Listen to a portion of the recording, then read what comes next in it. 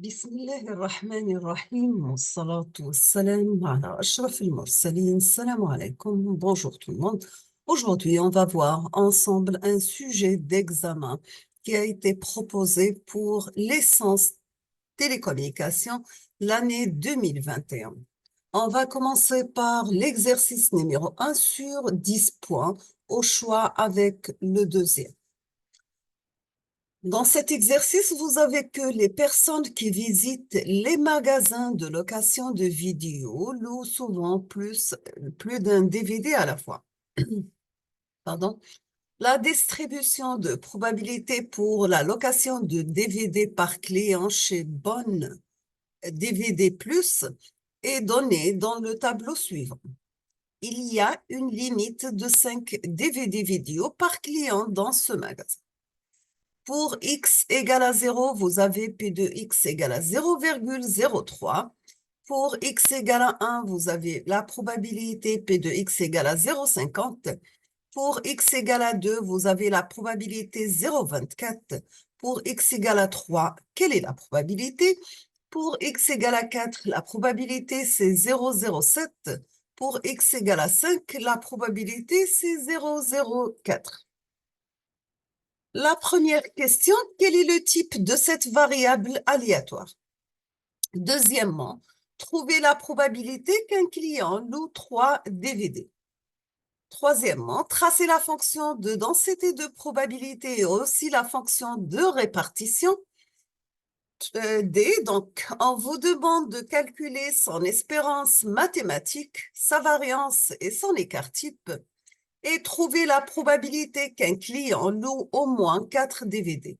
Et trouver la probabilité qu'un client loue au plus 2 DVD. Trouver la probabilité qu'un client loue plus d'un DVD, mais au plus 3 DVD. On passe l'exercice numéro 2 sur 10 points au choix avec le premier. Vous avez grand X, c'est une variable aléatoire binomiale. X suit donc la loi BNP, où N c'est le nombre d'essais ou expériences, et P c'est la probabilité d'avoir la première valeur sur 2 valeurs possibles. Avec les paramètres indiqués, utilisez les formules suivantes pour calculer sa moyenne mu et son écart type sigma pour les cas suivants. Vous avez pour la moyenne, mu égale l'espérance de x égale à n fois p. Pour la variance Vx, vous avez n multiplié par p, multiplié par 1 moins p. La première question, donc pour n égale à 8, p égale à 0,43. Deuxièmement, pour n égale à 47, p égale à 0,82. Troisièmement, pour n égale à 1200 et p égale à 0,44. D pour n égale à 2100 et p égale à 0,60. Maintenant, Cx et maintenant les bits 1 avec une probabilité P ou 0 avec une probabilité 1 moins P. Émis par une source binaire. Pour le seul cas où n égale à 10 et P égale à 0,5, on vous demande de calculer la probabilité d'avoir un nombre respectivement de 1 bit, 5 bits, 8 bits égaux à 1 sur n égale à 10 en utilisant la formule suivante. Vous avez P de x égale à k égale Cnk par P puissance k par q à la puissance n moins k. Bien sûr, avec Cnk égale n factoriel divisé par k factoriel multiplié par n moins k factoriel. La première question, vous avez sans faire de calcul. C'est pour le même exemple avec n égale à 10, mais p égale à 0,1.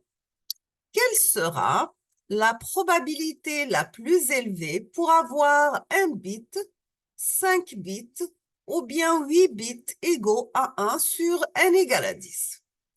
Toujours sans faire de calcul, et c'est pour le même exemple avec n égale à 10, mais p égale à 0,8, quelle sera la probabilité la plus élevée pour avoir un bit, 5 bits ou bien 8 bits égaux à 1 sur n égale à 10. On passe. Pardon. Donc, vous avez l'exercice 1 ou 2 au choix, mais l'exercice numéro 3 sur 14 points, il est obligatoire. Vous avez que la réponse en fréquence d'un système linéaire invariant dans le temps analogique est donnée par h de f égale à 1 pour f en valeur absolue inférieure à 3, donc ou bien f compris entre moins 3 et plus 3, et 0 pour f supérieur ou égal à 3. On vous demande de tracer cette réponse en fréquence.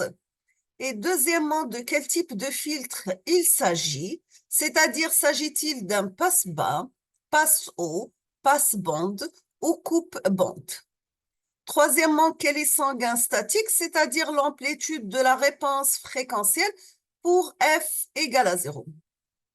Donc, soit un signal x de t analogique donné par x de t égale à 2 cosinus 3 pt moins 3 sinus 5 pt plus 4 cosinus 7 pt. On vous demande de calculer sa puissance moyenne totale. On rappelle pour cela qu'une seule composante sinusoïdale possède une puissance moyenne totale égale au carré de son amplitude maximale divisée par 2. Donc, vous avez la puissance sinusoïdale égale l'amplitude max élevée au carré divisé par 2. Après, on vous demande de trouver son spectre de Fourier x de f. Donc, ce signal est appliqué à l'entrée du filtre précédent. Trouvez la sortie y de t du système et que pouvez-vous conclure? Maintenant, si vous avez l'entrée E de t de ce filtre est composée du signal x de t précédent avec un bruit blanc gaussien de moyenne nulle et de variance sigma au carré bb égale à 2. On note que b de t, ça sera E de t qui est égal à x de t plus le bruit b de t. La question, c'est quelle est la puissance du bruit à la sortie du filtre H de f? On rappelle que la DSP, densité spectrale de puissance à la sortie, SB' de f ou bien B' de b, c'est le bruit à la sortie. Bien sûr, d'un filtre. Toujours, nous avons un système linéaire invariant dans le temps. Dans l'entrée, c'est un bruit blanc gaussien de moyenne nulle. Dans ce cas, vous aurez SBB' de f égale sigma au carré bb, sigma bb au carré par le module de h de f élevé au carré. Comme on rappelle que la puissance moyenne totale, c'est l'intégrale de la DSP, densité spectrale de puissance, de moins l'infini à plus l'infini. Quel est le rapport signal à bruit, le SNR, Signal to Noise Ratio, à la sortie du filtre? Donc, pour le rapport signal sur bruit, le SNR, la puissance est égale à la puissance du signal à la sortie du filtre divisé par la puissance du bruit à la sortie du filtre. La question, à votre avis, ce filtre a-t-il atténué le bruit ou non? Expliquez.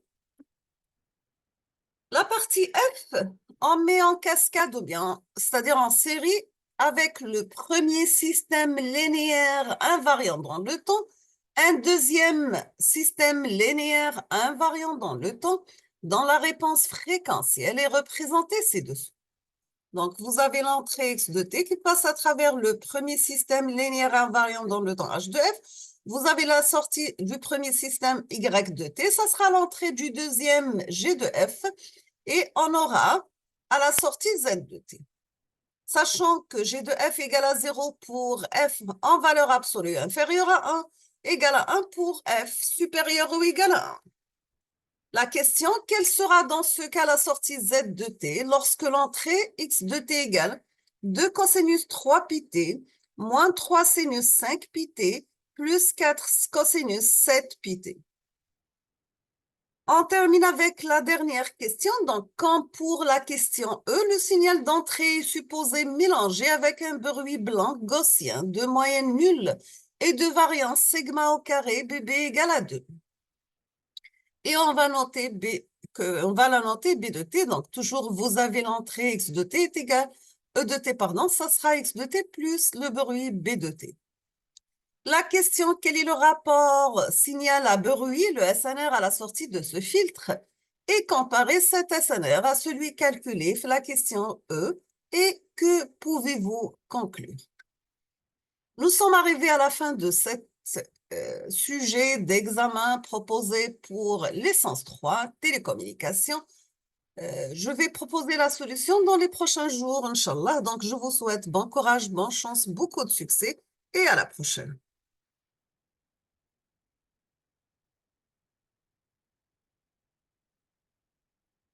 Merci.